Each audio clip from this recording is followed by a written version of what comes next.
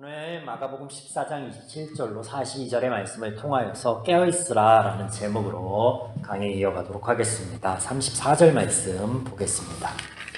말씀하시되 내 마음이 심히 고민하여 죽게 되었으니 너희는 여기 머물러 깨어있으라 하시고, 예수님께서 잡혀가시기 직전에 이 겟세마네라는 동산에서 펼쳐지는 이야기가 오늘 본문의 주된 이야기가 됩니다. 심히 고민하여, 이 말은 슬픔과 고통에 둘러싸였다라는 의미입니다. 또 죽게 되었으니는 죽음에 이르기까지라는 말이 됩니다. 즉 예수님께서 괴롭다, 마음이 어렵다라고 말씀하고 계신 것이죠.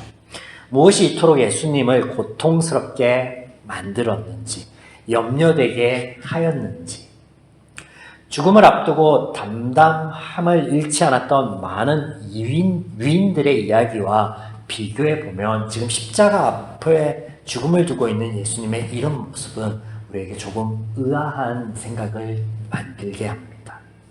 조금 더 본문을 보시겠습니다. 36절 이르시되 아빠 아버지여 아버지께는 모든 것이 가능하오니 이 잔을 내게서 옮기시옵소서. 그러나 나의 원대로 마옵시고 아버지의 원대로 하옵소서 하시고. 여기 잔이 무엇을 의미하는 것일까요? 구약 성서에서 잔은 하나님의 진노를 상징하고 있습니다. 이사야 51장 17절에 보니 이런 말씀이 있습니다. 제가 읽어드립니다. 여호와의 손에서 그의 분노의 잔을 마신 예루살렘이여 깰지어다 깰지어다 일어설지어다. 내가 이미 비틀거림을 치게 하는 큰 잔을 마셔 다 비웠도다. 십자가의 죽음을 우리는 대속의 죽음이라고 알고 있습니다. 이 말은 우리 죄를 대신하여 죽으심을 의미하는 것이죠. 때문에 죄와 함께 할 수 없는 의로우신 분, 그 하나님으로부터 그 죽음의 순간 예수님께서는 분리되셨다. 혹은 죄의 형벌을 받았다. 이런 의미에서 잔이며 이것이 예수님께서 그토록 괴로워하셨던 이유라고 많은 주석가들은 입을 모아 이야기하고 있습니다. 저는 여기에 몇 가지 의문이 들어서 여러분께 좀 말씀을 드리고자 합니다. 첫 번째는 하나님께서 죄인과 분리되신 적이 있었던가라는 것입니다. 아담과 하와가 죄를 지었을 때 하나님께서는 그들을 부르시고 찾아오셨습니다. 그들을 떠나가신 게 아니었죠. 가인이 아벨을 해하고자 하는 마음을 가졌을 때조차 이 일이 아직 시작되기 전에 하나님께서는 가인을 부르시고 찾아오십니다. 인류가 그 죄가로 모두가 죽기 직전에 있었을 때 그 위태한 상황 가운데서 하나님은 그들을 등지는 것이 아니라 노아를 통해서 찾아오시고 인류를 보존하시는 은혜를 베푸셨습니다. 아브라함에게 또 이스라엘에게 찾아오신 하나님께서는 그들이 하나님을 경험하여서 하나님을 알고 하나님의 말씀을 따를 수 있도록 역사하여 주셨고 그 모든 과정들 속에 서서 늘 하나님께서는 아브라함의 곁을, 이스라엘의 곁을 지키셨습니다. 성경은 한 번도 죄인 곁을 하나님께서 떠나셨다라고 기록되어 있지 않습니다. 그런데 죽음을 앞두고 있는 죄의 전가가 돼서 예수님이 비록 죄인이었다라고 하나 하나님이 떠날 이유는 없다라는 것이죠. 성경에는 죄인을 떠나신 하나님을 기록하고 있지 않기 때문입니다. 두 번째는 하나님과 예수님의 뜻이 다를 수 있는가예요. 복음서에서 예수님의 모든 사역은요 하나님의 말씀대로 하셨다라고 몇 차례, 수차례에 걸쳐 지속적으로 반복적으로 기록하고 있습니다. 즉 하나님의 뜻이 예수님의 뜻과 같다라는 것이며 예수님의 행하심이 곧 하나님의 일하심이가 같다라는 의미죠. 예수님의 태어남과 죽음 그리고 부활까지 모두가 하나님의 기록된 예언된 말씀처럼 되었다라는 의미에서 마가복음 14장 21절에서는 인자는 자기의 기록된 대로 가거니와 라고 기록되어 있는 것 우리 지난주에 보았습니다. 그런데 오늘 36절에 예수님의 말씀에는 마치 하나님과 예수님의 뜻이 다르게 보이는 듯한 말씀이 등장한다라는 거예요. 이 잔을 옮겨주셔서 하지만 내 뜻이 아니라 아버지 뜻대로 하여 달라라고요. 하나님과 다른 뜻이 아닌, 그렇다면 오직 완전하셨던 인간이신 예수님께서 죽음에 관한 두려움에서 이런 말씀을 하셨을까? 인류 역사상 여러 재난 중에 많은 사람들에게 회자되는 사건이 하나 있는데, 저와 여러분이 너무나 잘 아는 20세기 초에 있었던 호화 여객선이었던 타이타닉의 침몰 사건.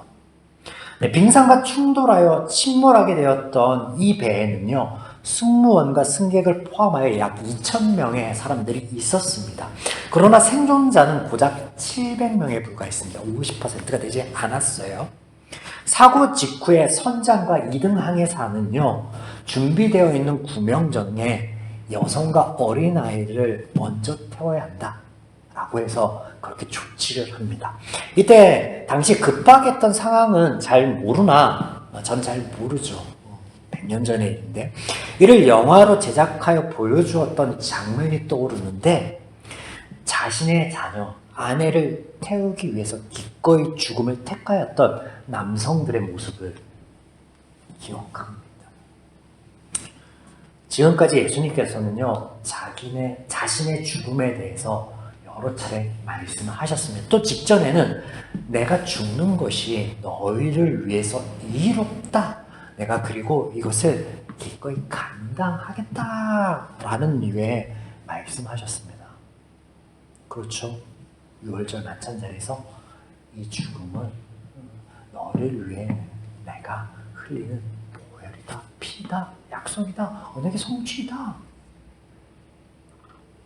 과연 예수님이 죽음에 관하여 두려워하였을까요? 아니면 내 자녀를 향한 기꺼이 맞서는 대목이었을까요? 여러분이 이 답을 쉽게 대답할 수 있을 겁니다. 그렇다면 예수님의 두려움과 고민의 실체는 무엇이었을까? 본문 속에서 그 해답을 찾아볼 수 있습니다. 27절과 28절 보겠습니다. 예수께서 제자들에게 이르시되 너희가 다 나를 버리리라. 이는 기록된 바 내가 목자를 치리니 양들이 흩어지리라 하였음이니라.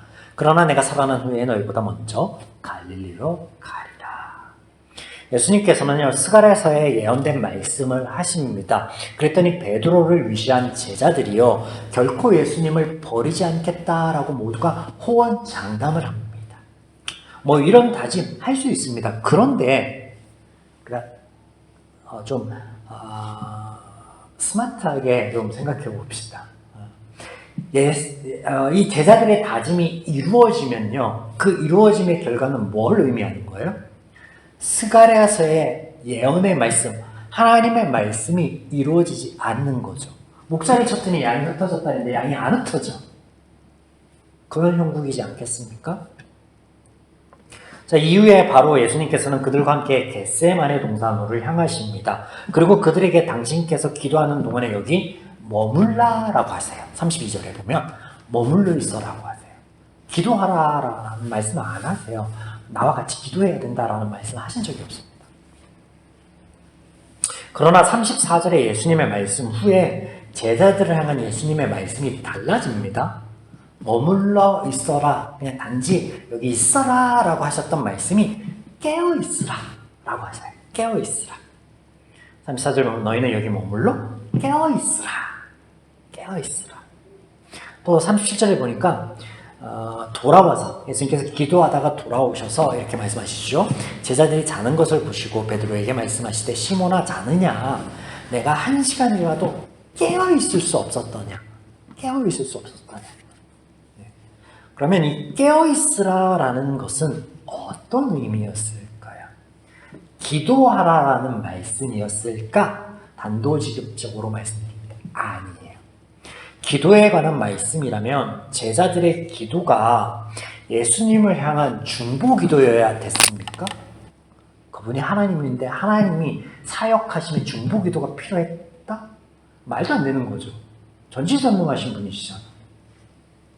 그러면 자신들을 위해 기도하는 것이었나요? 왜? 예수님을 버리고 도망가야 했습니까? 그들이 담대할 수 있도록 구하는 자신들을 위한 기도여야 됐을까요? 둘 다 아니죠.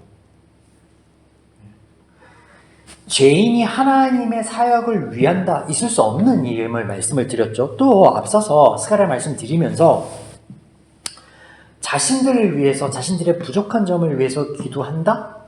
그래서 결과가 뭔데?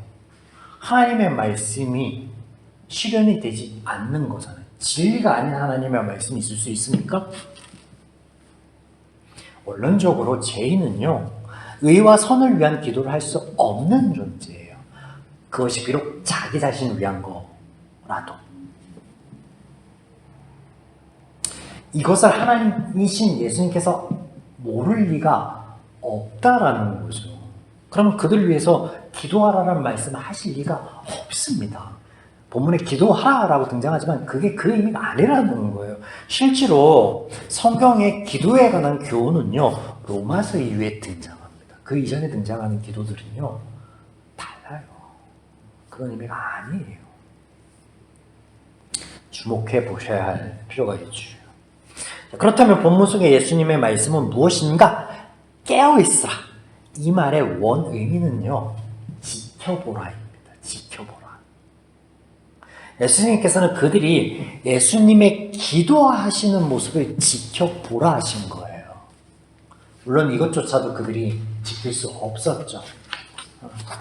예수님께서는 소망하셨던 건 뭐냐면 제자들이 주의 깊게 보기를 바라셨던 예수님의 모습이 무엇이었냐면 주의 뜻대로, 하나님의 뜻대로 이루어지기를 바랍니다.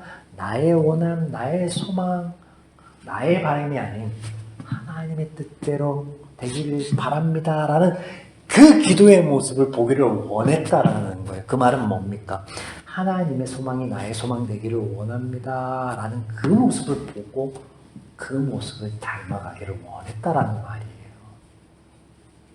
말씀대로 되는 거예요. 말씀대로 되는 거예요. 사랑하는 여러분, 하나님께서는요, 우리의 연약함도 능력 없음도요, 인정하십니다. 41절 말씀을 공동 번역으로 읽어드리겠습니다.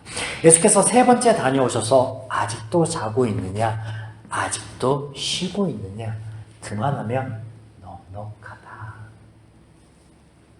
이 말이 무슨 말일까요?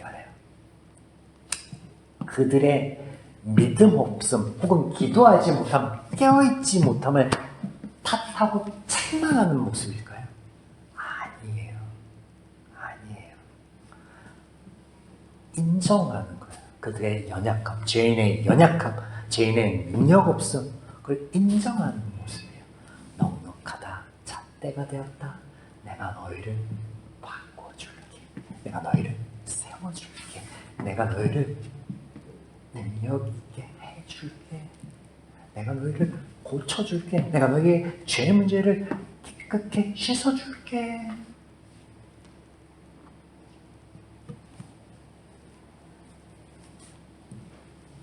예수님께서는 제자들을 향해서 끝까지 너희들이 한 그 맹세를 지키라 하지 않으셨다라는 것을 기억해 보십시오. 또 본문 또한 이것을 위해서 기도하라라고 하신 말씀도 아니었습니다. 하나님의 말씀대로 될 것이다. 또 이것을 너희가 바랐으면 좋겠다라고 하신 말씀이에요.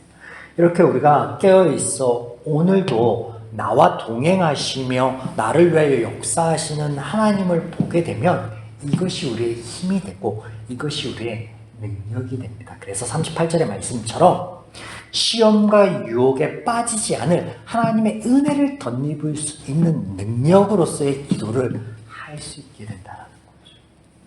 사랑하는 여러분, 오늘 하나님 전에 나와 말씀을 듣고 무엇을 위해 기도하고 무엇을 위해 하나님께 나아가고 있습니까?